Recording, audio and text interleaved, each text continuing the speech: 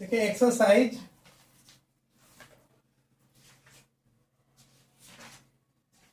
दो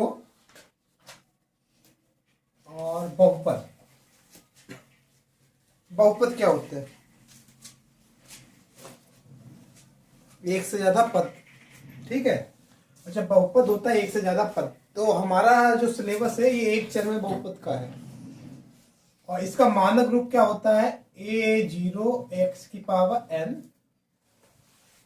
a1 x⁴n-1, a2 x⁴n-2 और इसी तरीके से चलता चला जाता है। लास्ट टर्म जो बनता है जाकर मेरा वो an x⁴n-1। देखो इसे जो लिखेंगे हम तो इस तरीके से भी लिख सकते हैं a0 x⁴n, a1 x⁴n-1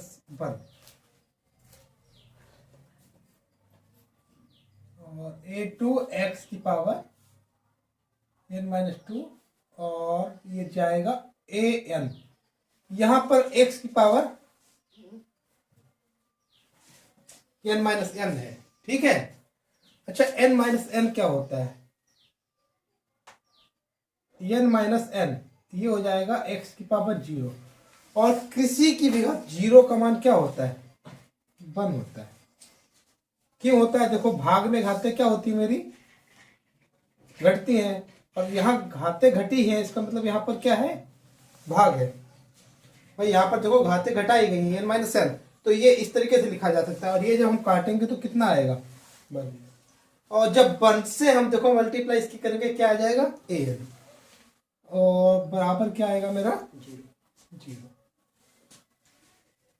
तो देखो ये याद करने का तरीका है। यहाँ पर जो है 0 घटाया क्या? n ही आएगा। 1 तो 1 घटाया n-1, तो ये होता है। अच्छा, अब देखो इससे हमारे सवालों पर जा रहे हैं। जो हमारे सिलेबस में घातें दी गई हैं, एक तो द्विघात दी गई है और एक त्रिघात।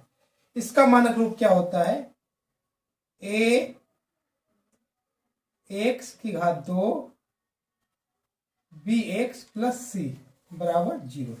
देखो इससे तुलना कर रहे हैं। a0 की जगह आ गया मेरा a1 की जगह b, a2 की जगह आया c। अब देखो यहाँ पर घात कम होती जा रही है। सबसे पहले n यानी 2 से 1 कम हुई 1, फिर 1 से भी कम हो गई 0 घात। तो 0 घात का मतलब खाली c वाला टर्म बचेगा।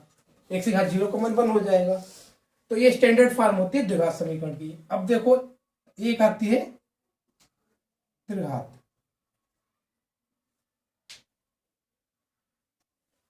इसकी स्टैंडर्ड फॉर्म होती है x⁴ bx² cx + d बराबर 0। इसमें भी देखो लगातार एक एक घातें कम होती जा रही है, लास्ट तक ये चलती जा रही है। अच्छा, अब इस पर सवाल क्या क्या आते हैं? पहला सवाल तो मेरा बनता है कि जो द्विघात समीकरण में कितने हल होते हैं, त्रिघात में कितने हल होते हैं। अच्छा, दूसरा एक सवाल और बनता है बहुपद में कि किसी भी समीकरण की घात कितनी है।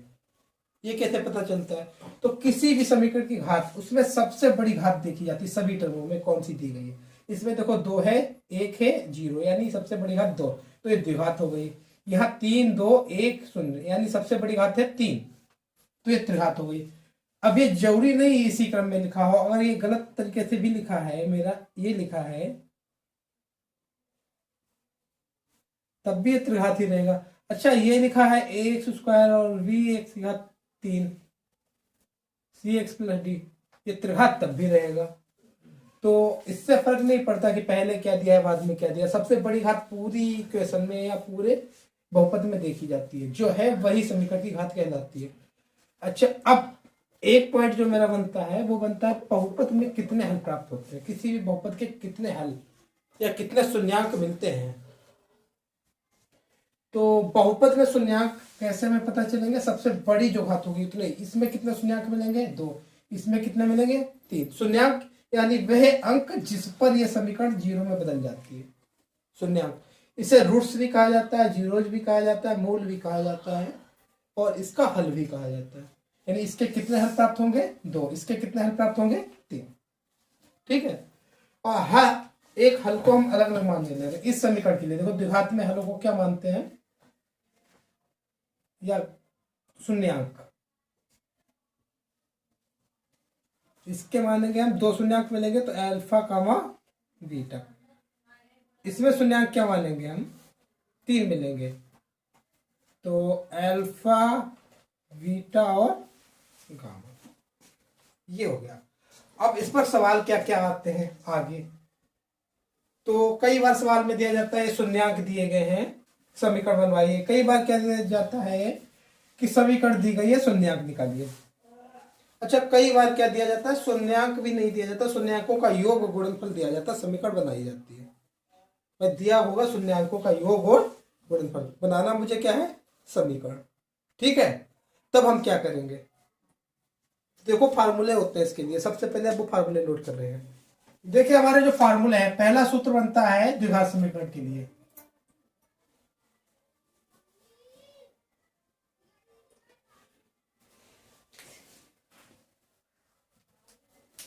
मूलों का योग। देखिए मूलों का योग क्या होता है, माइनस का b बटा a, और ये मूल मैंने क्या माने थे अभी, अल्फा प्लस बीटा, ये हो जाएगा माइनस का v अपॉन a। अब देखिए समीकरण जो मेरी द्विघात थी ये थी a X square B x plus C बराबर 0, यानी सबसे बड़ी घात जो है द्विघात, वहां का गुणांक भाग में आता है द्विघात समीकरण में, दोनों कंडीशन में, और पहला उसके बाद का टर्म योग में और गुणन में आता है दूसरा टर्म। ठीक है, तो इससे देखो एक चीज मुझे क्या पता चल रही है,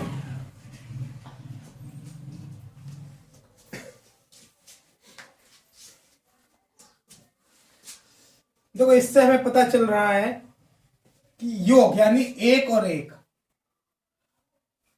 यहां पर एक एक पद लिया जा रहा है, एक एक शून्यांक लिया जा रहा है, तो यहां पर माइनस की पावर देखो हम एक लगाएंगे, कितना लगाएंगे, एक, तो यहां माइनस आएगा, क्या आएगा, माइनस। अच्छा, अब पहला वाला टर्म मेरा ये लिया जाएगा ऊपर। ठीक है, इसी हिसाब से अगर हम क्या निकालें, मूलों का गुणनफल, तो ये होता है c अपॉन a। अब देखो इसके अकॉर्डिंग यहां पर गुणनफल है, यानी दो मूल एक साथ लिए जा रहे हैं, तो ये है दो मूल, यानी यहां पर आएगा माइनस की पावर 2, तो यहां क्या निशान आएगा, प्लस का, और यहाँ काय का निशान आ रहा है, माइनस का। तो ये चिन्ह देखो ऐसे याद कर लेंगे, एक एक यानी विषम संख्या है, तो मेरा क्या लिया जाएगा, माइनस, दो एक साथ आ रहे प्लस, सम संख्या में प्लस लिया जाएगा और विषम में माइनस। अब देखो यहां पर b, एक एक यानी पहला वाला, ये तो जीरो टर्म बोला गया था, जो हमारी स्टैंडर्ड फॉर्म मैंने लिखवाई थी,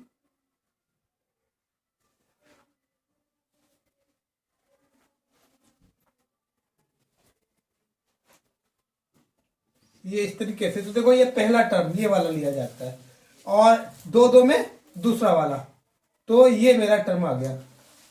ठीक है, अब त्रिघात समीकरण में क्या होता है,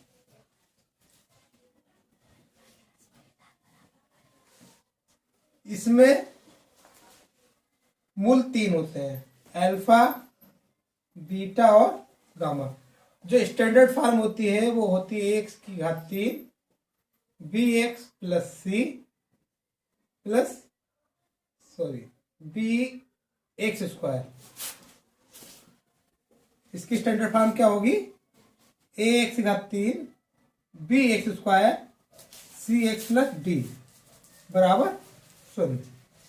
देखिए मूल एक एक लेकर जोड़ा जाएगा एक बार, अल्फा बीटा और गामा, ये आता है, देखो एक एक है तो माइनस आएगा, और पहला वाला यानी v अपॉन a, दूसरा बनता है दो दो जोड़े लिए जाएंगे, एक बार ये दो, एक बार ये दो, एक बार ये दो, यानी तीनों को आपस में दो दो करके लेना है, अल्फा बीटा, बीटा गामा और गामा अल्फा। ये देखो दो दो बन रहे हैं यानी प्लस हो जाएगा, क्यों होगा अभी मैंने समझाया था, देखो माइनस की घात 2, तो ये सम संख्या आ रही है, प्लस चिन्ह काहे का आ रहा है, प्लस। अब देखो लिया क्या जाएगा, 0 1 2 यानी c लिया जाएगा, c अपॉन a। अब देखो तीनों एक साथ ले लो, अल्फा बीटा और गामा, ये तीन विषम संख्या आ गई यानी माइनस आएगा। यहां अगर मैं माइनस की घात 3 कर रहा हूं तो क्या आएगा, माइनस। तो यहाँ चिन्ह काहे का आएगा, माइनस का। अब देखो तीसरा यानी 0 1 2 3, तो यहाँ क्या लेना है, D/A।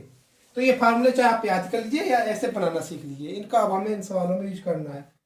ठीक है, एक फार्मूला और आपका होता है, ये कब लगता है, जब हमें दिया गया हो मूलों का योग और मूलों का गुणनफल, ये दो चीजें दी गई हो और द्विघात समीकरण पूछी जा रही हो। ये पेपर में कई बार आता है और बहुत आता है। तो देखो आप, ये समीकरण बनाने के दो तरीके होते हैं। एक तो होता है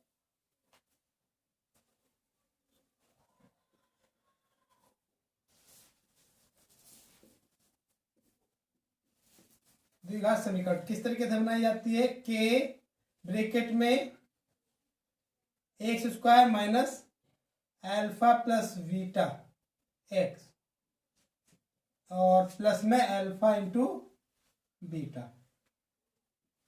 अच्छा, या इसका दूसरा तरीका क्या लगाया जाता है, के ना लिखकर सीधे x square minus alpha plus beta x alpha into beta और बराबर 0 यहाँ पर लिया जाता है। ठीक है, ये दोनों तरीकों से सवाल हल किए जा सकते हैं।